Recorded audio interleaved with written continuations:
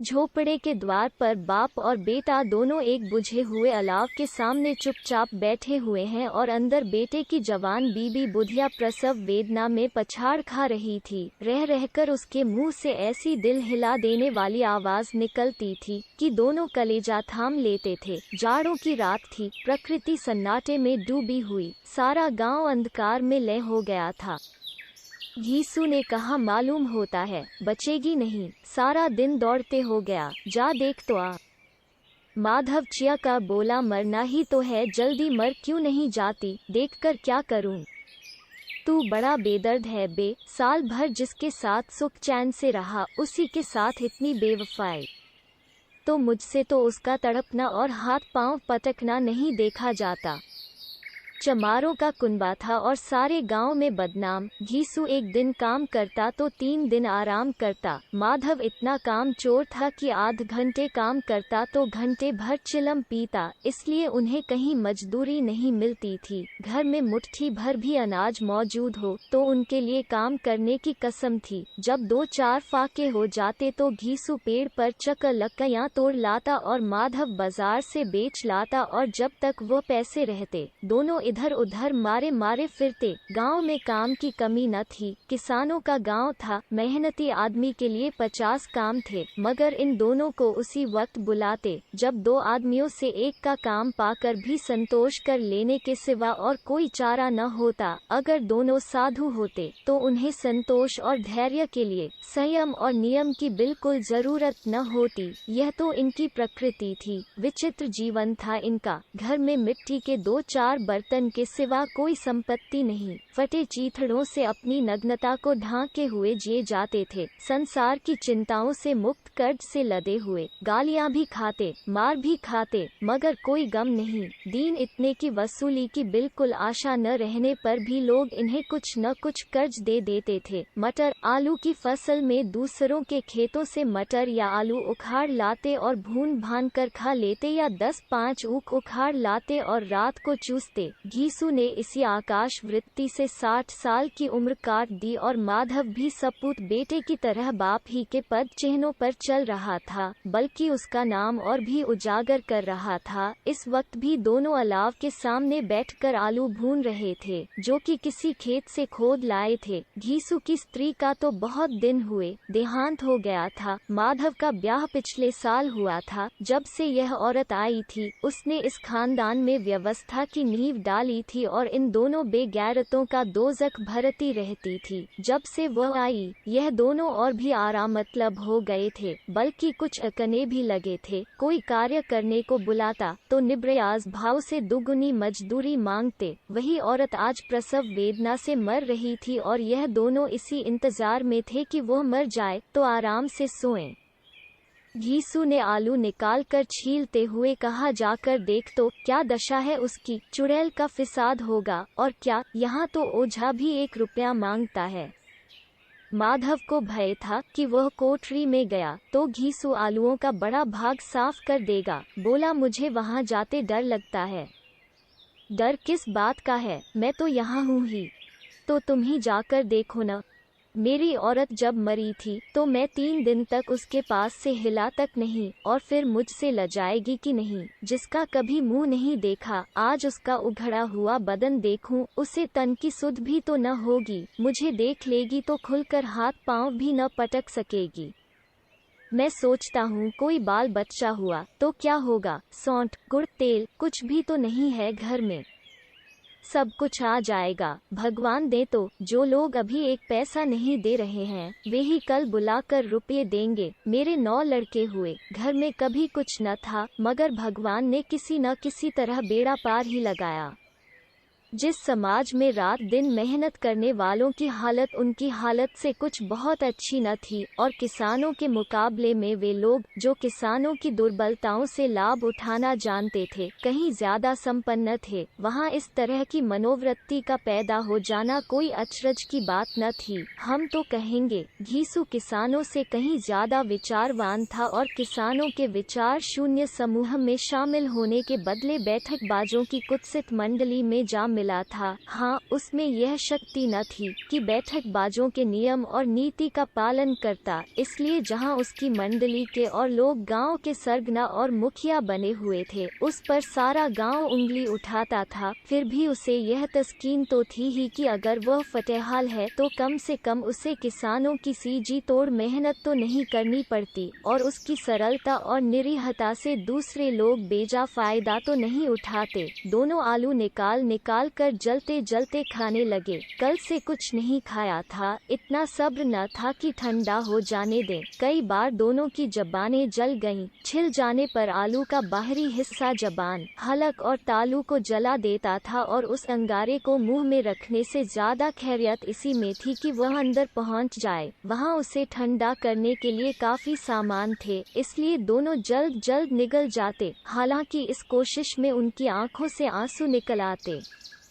घीसू को उस वक्त ठाकुर की बारात याद आई, जिसमें 20 साल पहले वह गया था। उस दावत में उसे जो तृप्ति मिली थी, वो उसके जीवन में एक याद रखने लायक बात थी, और आज भी उसकी याद ताजी थी। बोला वह भोज नहीं भूलता। तब से फिर उस तरह का खाना और भरपेट नहीं मिला। लड़की वालों ने सबको भरपेट पूड़ियाँ खिलाई थीं। सबको, छोटे बड़े सबने पूड़ियाँ खाई, और असली घी की चटनी, रायता, 3 तरह के सूखे साग, एक रसेदार तरकारी, दही, चटनी, मिठाई। अब क्या बताऊं कि उस भोज में क्या स्वाद मिला। कोई रोक टोक नहीं थी। जो चीज चाहो मांगो, जितना चाहो खाओ। लोगों ने ऐसा खाया कि किसी से पानी न पिया गया। मगर परोसने वाले हैं कि पत्तल में गर्म गर्म गोल गोल सुवासित कचौड़ियाँ डाल देते हैं। मना करते हैं कि नहीं चाहिए। पत्तल पर हाथ रोके हुए हैं, मगर वह है कि दिए जाते हैं। और जब सबने मुंह धो लिया तो पान इलायची भी मिली, मगर मुझे पान लेने की कहाँ सुध थी। खड़ा हुआ न जाता था। चटपट जाकर अपने कंबल पर लेट गया। ऐसा दिल दरियाव था वह ठाकुर। माधव ने इन पदार्थों का मन ही मन मजा लेते हुए कहा, अब हमें कोई ऐसा भोज नहीं खिलाता। अब कोई क्या खिलाएगा। वो जमाना दूसरा था। अब तो सबको किफायत सूझती है। शादी ब्याह में मत खर्च करो, क्रियाकर्म में मत खर्च करो। पूछो, गरीबों का माल बटोर बटोर कर कहाँ रखोगे। बटोरने में तो कमी नहीं है, हाँ खर्च में किफायत सूझती है। तुमने 20 पूरियाँ खाई होंगी। 20 से ज्यादा खाई थी। मैं 50 खा जाता। 50 से कम मैंने न खाए होंगी। अच्छा पका था। तू तो मेरा आधा भी नहीं है। आलू खाकर दोनों ने पानी पिया, और वहीं अलाव के सामने अपनी धोतियां ओढ़कर पांव पेट में डाले सो रहे, जैसे 2 बड़े बड़े अजगर गैंडुलिया मारे पड़े हों। और बुधिया अभी तक कराह रही थी। 2 सवेरे माधव ने कोठरी में जाकर देखा तो उसकी स्त्री ठंडी हो गई थी। उसके मुंह पर मक्खियां भिनक रही थीं। पथराई हुई आंखें ऊपर टंगी हुई थीं। सारी देह धूल से लथपथ हो रही थी। उसके पेट में बच्चा मर गया था। माधव भागा हुआ घीसू के पास आया। फिर दोनों जोर जोर से हाय हाय करने और छाती पीटने लगे। पड़ोस वालों ने यह रोना धोना सुना तो दौड़े हुए आए और पुरानी मर्यादा के अनुसार इन अभागों को समझाने लगे। मगर ज्यादा रोने पीटने का अवसर न था। कफन की और लकड़ी की फिक्र करनी थी। घर में तो पैसा इस तरह गायब था जैसे चील के घोंसले में मांस। बाप बेटे रोते हुए गांव के जमींदार के पास गए। वो इन दोनों की सूरत से नफरत करते थे। कई बार इन्हें अपने हाथों से पीट चुके थे। चोरी करने के लिए, वादे पर काम पर न आने के लिए। पूछा, क्या है बेघिसुआ, रोता क्यों है? अब तो तू कहीं दिखलाई भी नहीं देता। मालूम होता है इस गांव में रहना नहीं चाहता। घीसू ने जमीन पर सिर रखकर आंखों में आंसू भरे हुए कहा, सरकार बड़ी विपत्ति में हूँ। माधव की घरवाली रात को गुजर गई। रात भर तड़पती रही सरकार। हम दोनों उसके सिरहाने बैठे रहे। दवा दारू जो कुछ हो सका सब कुछ किया, मुदा वह हमें दगा दे गई। अब कोई एक रोटी देने वाला भी न रहा। मालिक तबाह हो गए, घर उजड़ गया। आपका गुलाम हूँ। अब आपके सिवा कौन उसकी मिट्टी पार लगाएगा? हमारे हाथ में तो जो कुछ था वो सब तो दवा दारू में उठ गया। सरकार ही की दया होगी तो उसकी मिट्टी उठेगी। आपके सिवा किसके द्वार पर जाऊं? जमींदार साहब दयालु थे, मगर घीसू पर दया करना काले कंबल पर रंग चढ़ाना था। जी में तो आया, कह दें चल दूर हो यहाँ से, यूँ तो बुलाने से भी नहीं आता। आज जब गरज पड़ी तो आकर खुशामद कर रहा है। हरामखोर कहीं का बदमाश। लेकिन यह क्रोध या दंड देने का अवसर न था। जी में कुड़ते हुए 2 रुपये निकाल कर फेंक दिए, मगर सांत्वना का एक शब्द भी मुंह से न निकला। उसकी तरफ ताका तक नहीं, जैसे सिर का बोझ उतारा हो।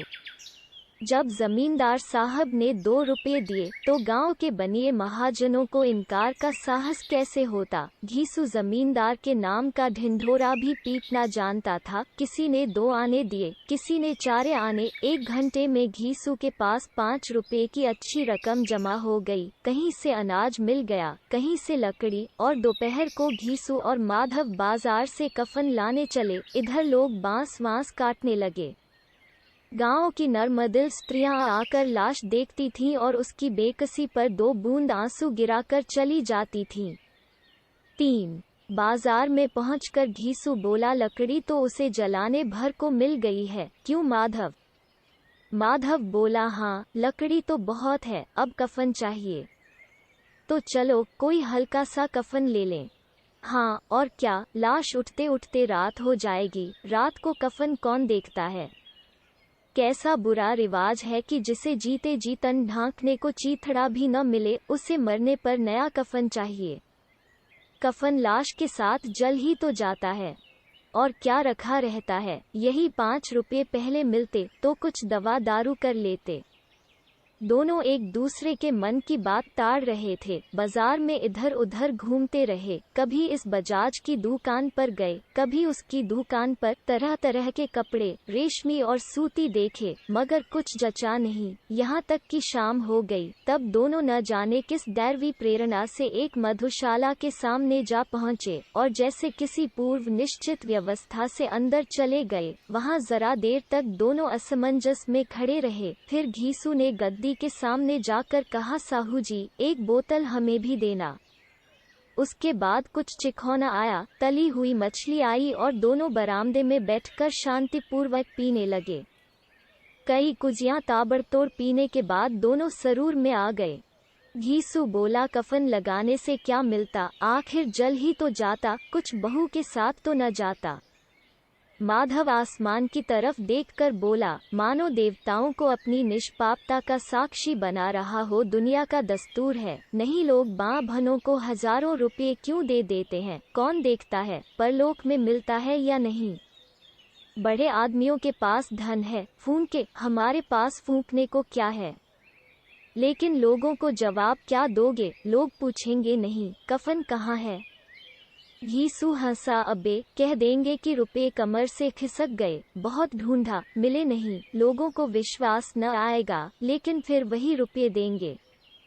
माधव भी हंसा इस अनपेक्षित सौभाग्य पर, बोला, बड़ी अच्छी थी बेचारी, मरी तो खूब खिला पिलाकर। आधी बोतल से ज्यादा उड़ गई। घीसू ने 2 सेर पूड़ियां मंगाए, चटनी, अचार, कलेजियां। शराब खाने के सामने ही दुकान थी। माधव लपक कर 2 पत्तलों में सारे सामान ले आया। पूरा 1.5 रुपया खर्च हो गया, सिर्फ थोड़े से पैसे बच रहे। दोनों इस वक्त इस शान में बैठे पूड़ियां खा रहे थे जैसे जंगल में कोई शेर अपना शिकार उड़ा रहा हो। न जवाबदेही का खौफ था, न बदनामी की फिक्र। इन सब भावनाओं को उन्होंने बहुत पहले ही जीत लिया था। घीसू दार्शनिक भाव से बोला, हमारी आत्मा प्रसन्न हो रही है तो क्या उसे पुण्य होगा। माधव ने श्रद्धा से सिर झुकाकर तस्दीक की, जरूर से जरूर होगा। भगवान तुम अंतर्यामी हो, उसे बैकुंठ ले जाना। हम दोनों हृदय से आशीर्वाद दे रहे हैं। आज जो भोजन मिला वह कभी उम्र भर न मिला था। एक क्षण के बाद माधव के मन में एक शंका जागी। बोला, क्यों दादा, हम लोग भी एक न एक दिन वहां जाएंगे ही। घीसू ने इस भोले भाले सवाल का कुछ उत्तर न दिया। वह परलोक की बातें सोचकर इस आनंद में बाधा न डालना चाहता था। जो वहां हम लोगों से पूछे कि तुमने हमें कफन क्यों नहीं दिया तो क्या कहोगे। कहेंगे तुम्हारा सिर। पूछेगी तो जरूर। तू कैसे जानता है कि उसे कफन न मिलेगा? तू मुझे ऐसा गधा समझता है? 60 साल क्या दुनिया में घास खोदता रहा हूँ, उसको कफन मिलेगा और बहुत अच्छा मिलेगा। माधव को विश्वास न आया, बोला कौन देगा? रुपये तो तुमने चट कर दिए, वो तो मुझसे पूछेगी, उसकी मांग में तो सेंदूर मैंने डाला था। कौन देगा, बताते क्यों नहीं? वही लोग देंगे जिन्होंने अब की दिया। हाँ, अब की रुपए हमारे हाथ न आएंगे। ज्यों ज्यों अंधेरा बढ़ता था और सितारों की चमक तेज होती थी, मधुशाला की रौनक भी बढ़ती जाती थी। कोई गाता था, कोई डींग मारता था, कोई अपने संगी के गले लिपटा जाता था, कोई अपने दोस्त के मुंह में कुल्हड़ लगाए देता था। वहाँ के वातावरण में सरूर था, हवा में नशा। कितने तो यहाँ आकर एक चुल्लू में मस्त हो जाते थे। शराब से ज्यादा यहाँ की हवा उन पर नशा करती थी। जीवन की बाधाएं यहाँ खींच लाती थीं और कुछ देर के लिए यह भूल जाते थे कि वे जीते हैं या मरते हैं, या न जीते हैं न मरते हैं। और यह दोनों बाप बेटे अब भी मजे ले लेकर चुस्कियां ले रहे थे। सबकी निगाहें इनकी ओर जमी हुई थीं। दोनों कितने भाग्य के बली हैं। पूरी बोतल बीच में है। भरपेट खाकर माधव ने बची हुई पूड़ियों का पत्तल उठाकर एक भिखारी को दे दिया, जो खड़ा इनकी ओर भूखी आंखों से देख रहा था और देने के गौरव, आनंद और उल्लास का अपने जीवन में पहली बार अनुभव किया। यीशु ने कहा, ले जा, खूब खा और आशीर्वाद दे। जिसकी कमाई है वो तो मर गई, मगर तेरा आशीर्वाद उसे जरूर पहुंचेगा। रोए रोए से आशीर्वाद दो, बड़ी गाड़ी कमाई के पैसे हैं। माधव ने फिर आसमान की तरफ देखकर कहा, वो बैकुंठ में जाएगी दादा, बैकुंठ की रानी बनेगी। यीशु खड़ा हो गया और जैसे उल्लास की लहरों में तैरता हुआ बोला, हाँ बेटा, बैकुंठ में जाएगी। किसी को सताया नहीं, किसी को दबाया नहीं, मरते मरते हमारी जिंदगी की सबसे बड़ी लालसा पूरी कर गई। वो न बैकुंठ जाएगी तो क्या ये मोटे मोटे लोग जाएंगे, जो गरीबों को दोनों हाथों से लूटते हैं और अपने पाप को धोने के लिए गंगा में नहाते हैं और मंदिरों में जल चढ़ाते हैं। श्रद्धालुता का यह रंग तुरंत ही बदल गया। अस्थिरता नशे की खासियत है। दुख और निराशा का दौरा हुआ। माधव बोला, मगर दादा, बेचारी ने जिंदगी में बड़ा दुख भोगा, कितना दुख झेलकर मरी। वह आंखों पर हाथ रखकर रोने लगा, चीखें मार मार कर। यीशु ने समझाया, क्यों रोता है बेटा, खुश हो कि वह माया जाल से मुक्त हो गई, जंजाल से छूट गई। बड़ी भाग्यवान थी जो इतनी जल्द माया मोह के बंधन तोड़ दिए। और दोनों खड़े होकर गाने लगे, ठगिनी क्यों नैना झमकावे ठगिनी। पियक्कड़ों की आंखें इनकी ओर लगी हुई थीं और यह दोनों अपने दिल में मस्त गाए जाते थे। फिर दोनों नाचने लगे, उछले भी, कूदे भी, गिरे भी, मटके भी, भाव भी बताए, अभिनय भी किए और आखिर नशे में मदमस्त होकर वहीं गिर पड़े।